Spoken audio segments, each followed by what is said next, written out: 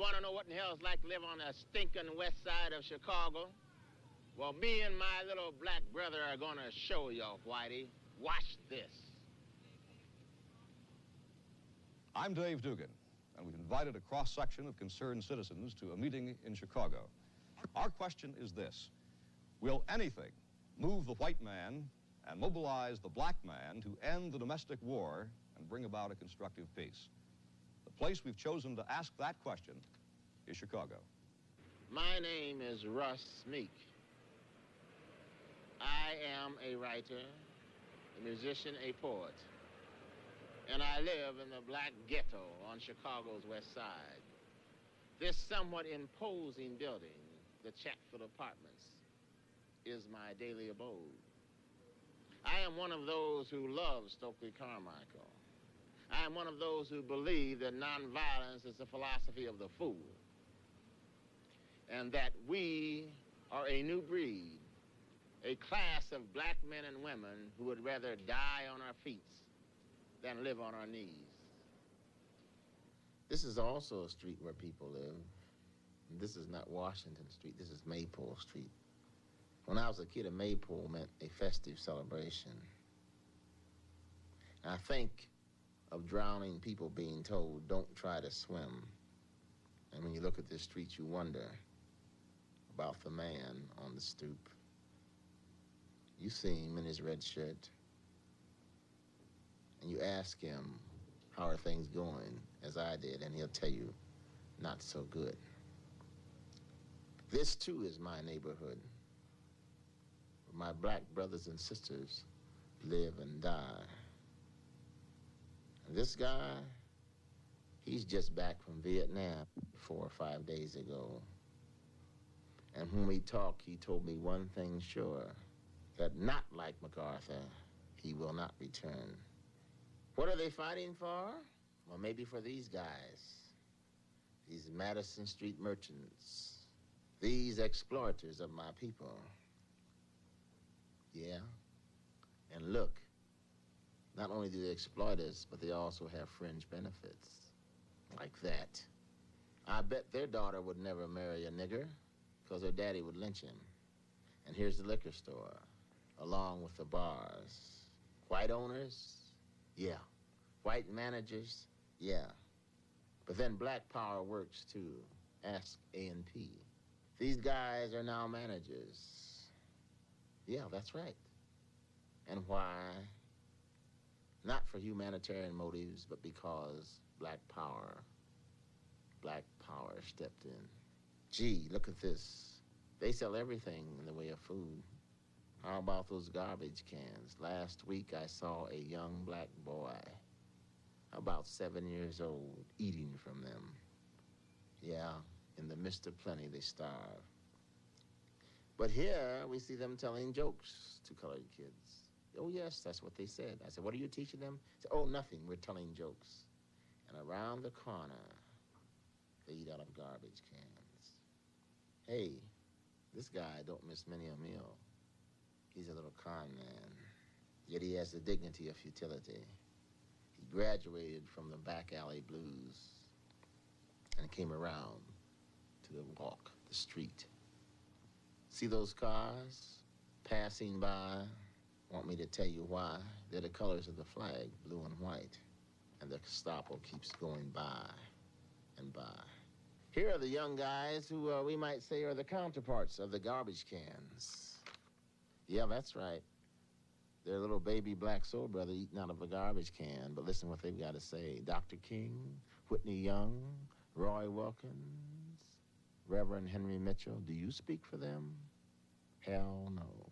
And I'm just for violence, that's all. I'm tired of it. Prayed too long. I'm tired of it.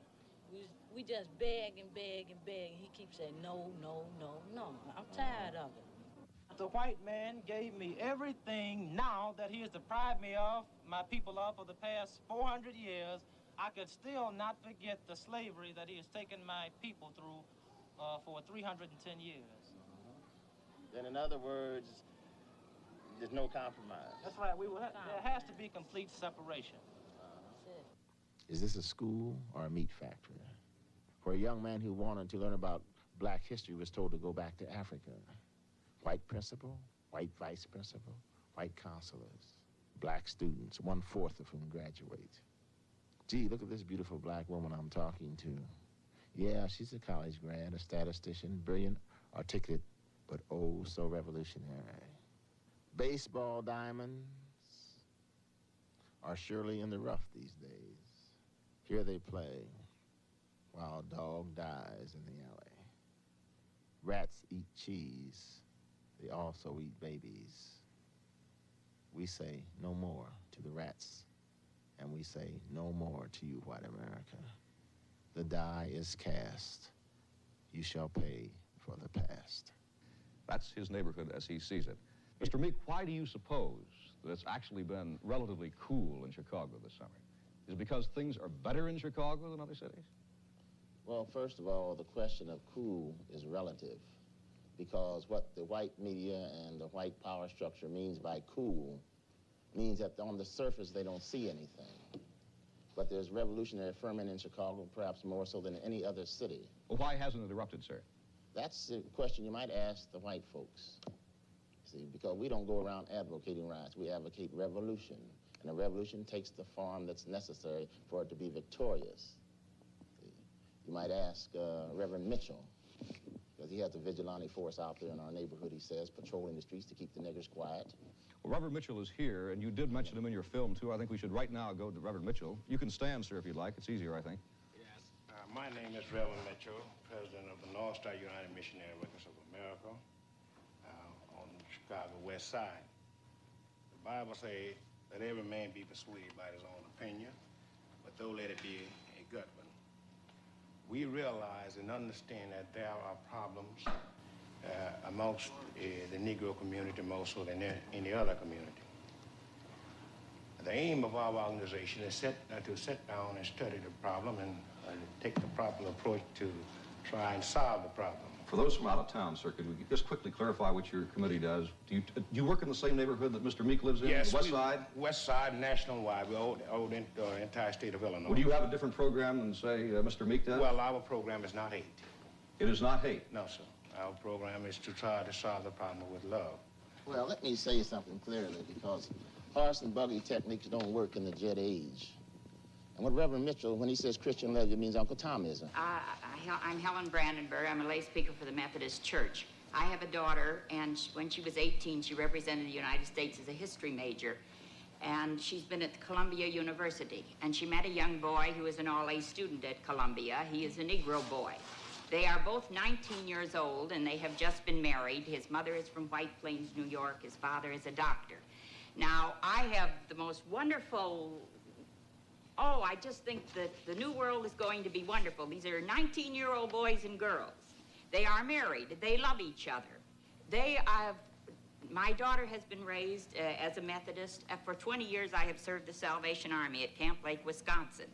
And there, my daughter has learned to be with little Negro children and love them. And I never thought anything about her marrying one. I have 5 children. I have a Methodist minister, and he has is 28 years old. He's the youngest boy in the Rock River Conference, and he has just married a Chinese girl who is herself also a missionary. So you believe in Christian love, then, as soon as the Reverend does? Well, this is what our children are doing today. This is a wonderful thing that we can look forward to. America, 19-year-old children who are students at Columbia, who have, they have learned about religion from their parents, and yet this is what it has been interpreted to them, to love one another. They're going to grow up and raise children, and that's what America will be.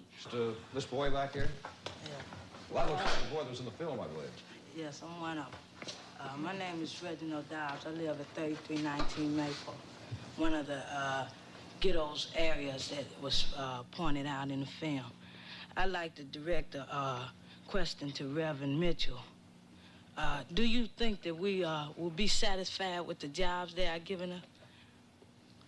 Yes, son, I think so, simply because we are asking that you be trained on the job, and they start you off with a certain salary starting rates, and you would be promoted up to the maximum of the job. No, I don't believe that. The white man is going to keep you where he got you. You're not going no higher than he wants you to go. And we ain't gonna settle for nothing but all the way. And about this violence and non-violence, I'm for violence. Because we have pleaded for the last 400 years. What would you say to a young boy like that? Because this happens to be, coincidentally, the young man in the group that Mr. Meeks said you did not speak for. How would you talk to a young boy like that? Well, I would say I would definitely have to use the Bible, Mr. Duncan. No, I don't hear that. Well, this is my only way. I ain't no Uncle Tom. Well, See, salvation you is can't free, brainwash me. Jesus said, first ye seek the kingdom of heaven and his righteousness, and all of these things will be added. Heaven is on earth, mind you, brother. Yeah. Let me see. You have anything more? How about the other lad? Where you gonna go when we start revolution? Whose side are you gonna be on? Are you still gonna be on your knees begging for us jobs? I will, as Mr. Meeks said, he wouldn't his die standing on his feet rather than to die on his knees. I will die standing up for God, regardless of any circumstance. Okay. Have God ever told you to let this white man rule you like he is? Well, young man, you first must be born again. God is a No, spirit. I ain't born again. I ain't got to be born again. See, I was born in a new generation. Your mother could have brainwashed you, but can't nobody brainwash me. I'm ready. It's gonna take young boys like us to win the revolution. The white peoples realized today that they was wrong for enslaving the Negro. The great mass. May I finish? I'll wait. Why, if you so militant and so intelligent, why don't you keep your mouth shut? I'll tell you why, Reverend Mitchell, because I'm sick and tired of you standing up there on a television camera, a black man with a white heart and a white face.